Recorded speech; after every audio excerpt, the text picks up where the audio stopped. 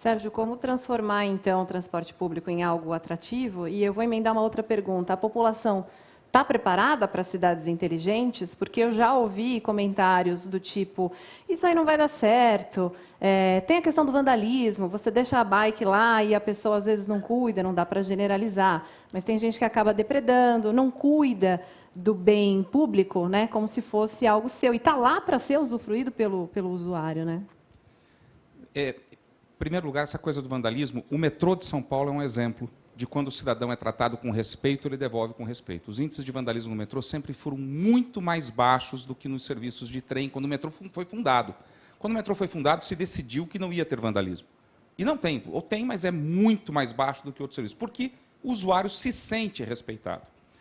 Os operadores de bicicletas com estação, eles não reportam um índice muito alto de vandalismo nos seus equipamentos. A população, quando ela é respeitada, em geral, ela devolve com respeito. Então, eu não tenho temor. Se a gente pensar na cidade inteligente como drones transportando pessoas, nós não estamos preparados e não é disso que se trata. Vamos tirar esse mito.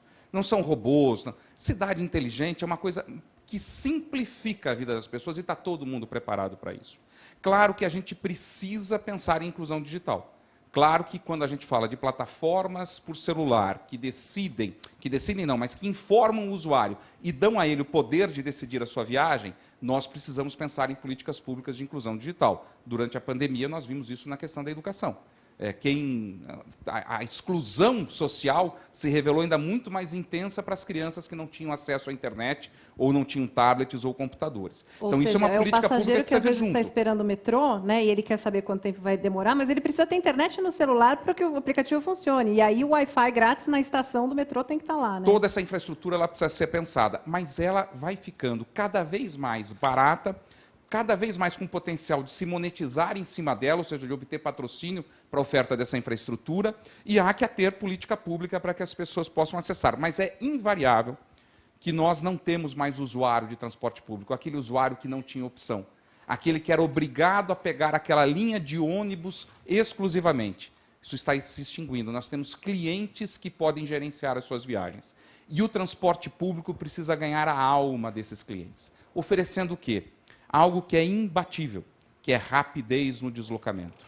Para dar rapidez no deslocamento, nós temos, claro, o metrô e a CPTM, que são imbatíveis, porque eles são isolados, eles são muito rápidos, mas o ônibus pode ser metronizado, como dizia o nosso saudoso Jaime Lerner.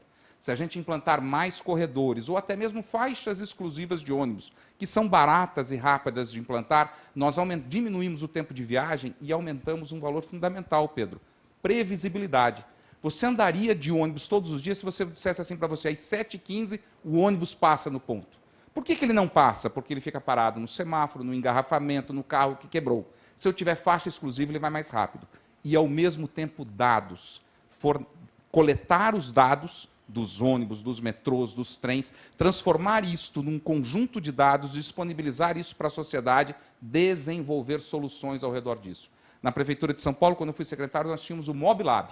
Era um laboratório para justamente desenvolver soluções em parceria com o setor privado, baseado nos dados gerados pela Prefeitura. E muitos aplicativos que a gente tem hoje foram gestados nesse laboratório e hoje estão fornecendo oportunidades para as pessoas gerenciarem ou as viagens ou entrega de cargas, porque este é outro componente fundamental, desculpa trazer aqui, mas cada vez mais a entrega de carga disputa espaço com o transporte público, os carros, as bicicletas. A entrega do delivery cresceu nos Estados Unidos 54% depois da pandemia. Nós precisamos pensar também na sustentabilidade desse ambiente de carga. E foi um tema que nós abordamos ontem aqui com o Taiguara Elo, que é o presidente do CETCESP, né? E ele falou sobre entrega noturna, falou sobre outras formas, né, de entrega, até mesmo estações, né, próximas ali à residência que possam, porque antigamente você entregava, foi o exemplo que ele deu ontem aqui, 50 camisetas numa loja. Hoje você entrega 50 camisetas, uma em cada residência. Então isso também fez parte do nosso debate aqui. É um comentário rápido. Esta entrega de 24 horas, que é o nosso fetiche quando a gente compra na internet, ela é tão insustentável quanto o uso do carro para ir na padaria comprar pão. O quilograma por carbono, quando você pede para te entregar em 24 horas, vai lá para cima, porque não dá oportunidade de consolidar a carga. A tua caixinha vem sozinha. Agora, se você esperasse alguns dias mais, e às vezes a gente pode esperar, você podia consolidar. Ou se as cidades tivessem pequenos centros logísticos espalhados, também poderia diminuir a quantidade de carbono por quilograma de entrega. Tem muitas soluções para isso.